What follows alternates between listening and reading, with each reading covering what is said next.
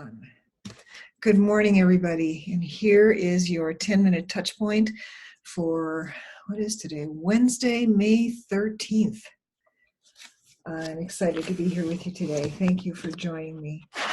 So, I have a planner that I got from Danielle LaPorte, and I love her daily planners because they're more than just a to-do list. They're about how can I feed my soul? What is my body telling me? Why am I grateful? All good questions. And so I get emails from her. Today I got one from her called Sacred Reprioritization, and I wanted to share this with you. So I love the way she starts this. Stillness isn't the absence of movement. It's a focus on the present. And that is one of the things that we always talk about, right? We talk about being in the moment. So here's a question for you. Pretend I asked you this question a year ago. If the majority of the world slowed down because of one unifying singular crisis, would that be enough for you to give yourself a break? Good question. She has some line items here. First of all, admit to your longing to slow down. If you can't fess up to it, take Danielle's word for it, take my word for it, you probably need to slow down. And take Mother Earth's word for it. She is telling us to slow down. Okay. Breathe. For those of us with the privilege to be able to slow down, what do you not need to have and not need to do? And that is going to be our question for today. What do you not need to have and not need to do? So Danielle asked her peeps that question. And this was a response that she got.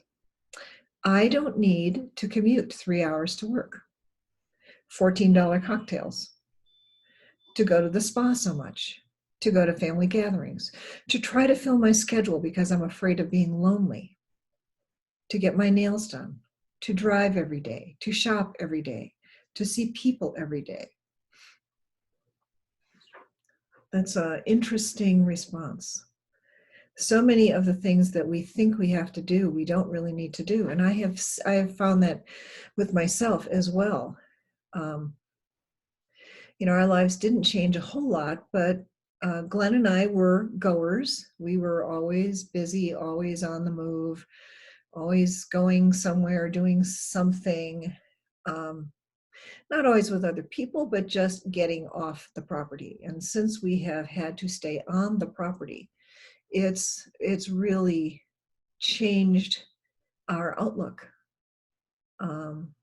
There's more appreciation. Like today I noticed, and we notice this every year, but we get birds in our barn, and they build nests in our barn, and they raise their young in our barn, and at some point all the babies go away.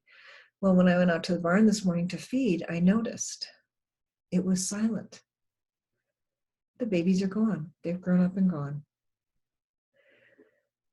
So it was just a different sort of day. And maybe I wouldn't have noticed it as much if I wasn't taking a breath and breathing and being with myself. So breathe. Another thing Danielle suggests is to take your joy. On many days, your joy will be an act of defiance, she says. Do it. The darkness feeds on fear, doubt, and lack thinking. Joy dispels that darkness. It strengthens our collective immune system. It does. If you can live in joy, you can dispel a lot of the darkness that is around you. She also says we can make our personal pain transpersonal. So if you are feeling angst, if you're feeling pain, feel it fully and feel it with compassion for yourself. Let it soften you. And then ask yourself, who else is experiencing this pain or worse? Is there a way I can help comfort them or alleviate their pain?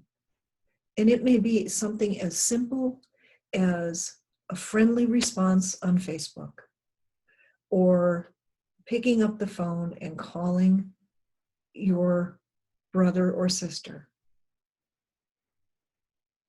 It's not to invalidate your own suffering, but it's to validate someone else's, because we are all feeling so alone.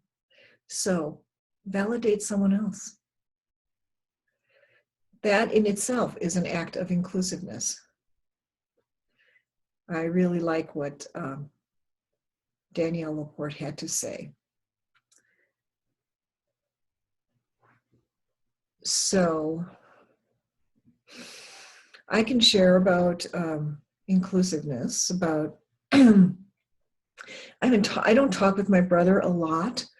We grew up in a family that wasn't very, we weren't really emotionally connected, and especially not physically. We were not huggers. We were not, everything was a joke. That's how we got through our pain. Everything was like, ha, ha, ha. And that's okay. I mean, we survived. It was a good way for us to live. However, my brother still lives back in Wisconsin. I live out here in Colorado. He's my younger brother, 4 years younger.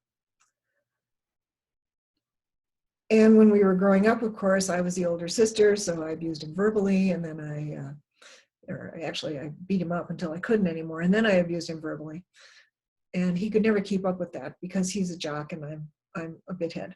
So I'm a word, I'll use the word Nazi, but I am a word Nazi.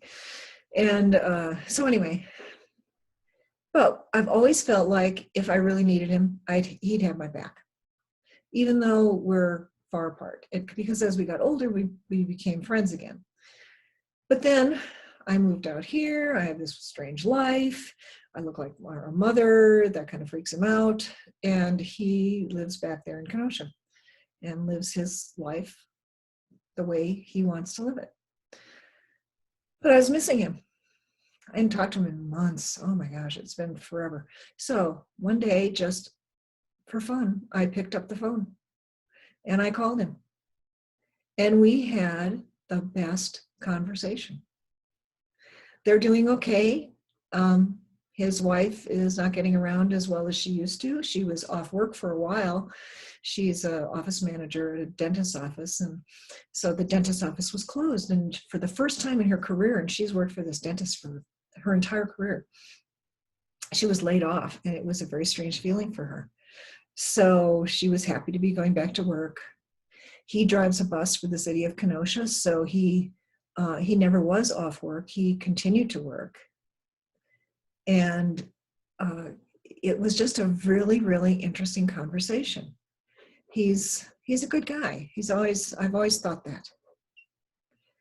But it was a way of reaching out to someone else and saying, how are you doing? Are you feeling any pain? How can I help you? I'm really glad I did it. And at the end of our conversation, we joked around like we always have done in my family. He's not the type to pick up the phone. So I said, well, maybe I'll call you again. Yeah, I probably will.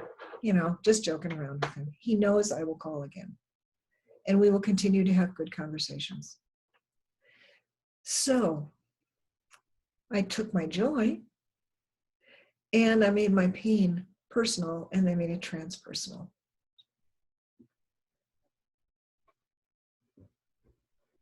So think about those things for yourself and think about slowing down. I know we've all been kind of slowed down for the last 8 weeks. What would it feel like if you were to continue to be that way? What would it feel like if we had to continue to be slowed down? And just as an aside, I saw a post this morning from, I forget which company it was. I can't remember. It's a big company.